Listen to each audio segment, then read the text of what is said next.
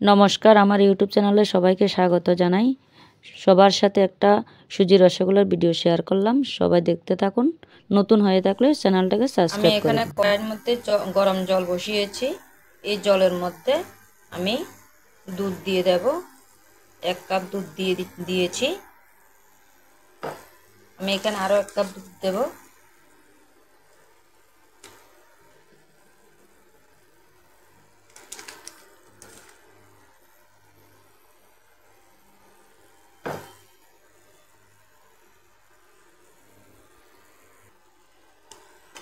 দুধগুলি দিয়ে আমি এখানে নাড়াচাড়া করে নিচ্ছি।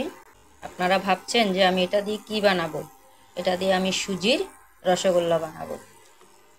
আমরা দোকানে অনেক রকমের মিষ্টি খাই, কিন্তু সুজির মিষ্টি কে কে খেয়েছেন জানাবেন। আজকে নতুন একটা মিষ্টি রেসিপি নিয়ে এসেছি আপনাদের কাছে। তারপর আমি এখানে 1 কাপ মতো সুজি দিয়ে দিলাম। আমি এখানে আর 1 কাপ সুজি দিয়ে দিলাম, কারণ আমি এগুলিকে অনেকগুলি মিষ্টি বানাবো, তাই আমি সুজি একটু বেশি করে দিয়েছি আমার পরিমাণ মতো। যে যেমন পারেন তেমন দিবেন, যে যতটুকু বানাতে ইচ্ছা। কেউ যদি মনে করেন আমি বেশি করে বানাবো, তাহলে বেশি দিতে পারেন। 3 কাপের মতো দিবেন।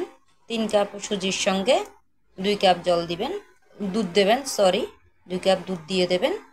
আর পরিমাণ মতো জল দিবেন প্রথমত দুধগুলি গুলার জন্য। আর যদি লিকুইড দুধ হয় তাহলে আপনারা 2 কাপ দুধ দিয়ে 3 কাপ সুজি দিয়ে দেবেন। এরপর এগুলিকে ভালো করে নাড়াচাড়া করতে হবে। এখানে একটু ঘি দিয়ে দেবেন। ঘিগুলি দুধের সঙ্গে দিলেও পারেন, আর নয়তোবা সুজিগুলি দিয়ে তারপর ঘি দিয়ে দিতে পারেন। যতক্ষণ পর্যন্ত না এটা একদম পাকাপুক্ত হয়ে ঘন হয়ে এসেছে, যে আমরা যেরকম রুটি বেলার জন্য ময়দা করি বা আটা করি, এরকম যতক্ষণ না আঠা আঠা হচ্ছে ততক্ষণ পর্যন্ত এটাকে নাড়াচাড়া করে নিতে হবে। দেখুন আমার এগুলি একদম মোটামুটি হয়ে এসেছে, তবে আর একটু হবে, এখনো পুরোপুরি হয়নি। এগুলিকে নাড়াচাড়া করতে হবে। এটা একদম শুকিয়ে নিতে হবে, যেন আমরা এগুলিকে সন্দেশের মতন করে, মিষ্টির মতন করে গোল গোল করে নিতে পারি।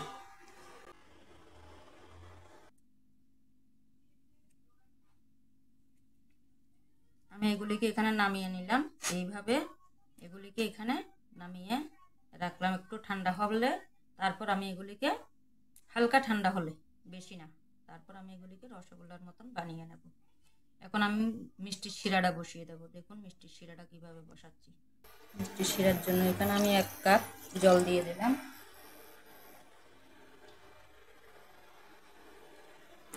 2 কাপ দিলাম। আপনারা পরিমাণ মতন দেবেন। আমার মিষ্টি বেশি হবে, তাই আমি অনুমানিক 4 কাপের মতন জল দিলাম। 2 কাপ চিনি দিয়েছি। এগুলিকে নাড়াচাড়া করে দিব এবার একটু।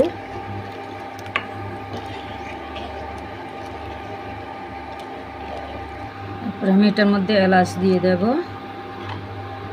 এলাচ দিয়ে একটু নাড়াচাড়া করে নেব। এবার আমি শিরাগুলিকে হওয়ার জন্য এখানে বসিয়ে রাখবো। দিয়ে এগুলিকে বসিয়ে রাখবেন শিরাগুলি হতে।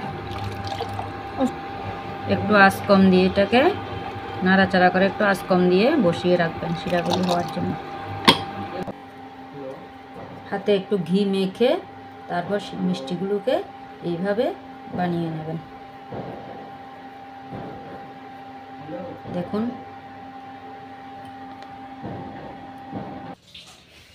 দেখুন আমার সুজির রসগোল্লা রেডি হয়ে গেছে। কে কে সুজির রসগোল্লা বানিয়ে খেয়েছেন কমেন্ট করে জানাবেন। আমি এখানে গুলো করে রেডি করে রেখেছি। পুরোপুরি রেডি করা হবে যখন শিরাতে দিয়ে নামিয়ে নেব, কারণ এইভাবে তো আর খাওয়া যাবে না, শিরাতে দিয়ে তারপরে মিষ্টি খাওয়া হয়। তাই আমি এখানে গুলো রেডি করেছি।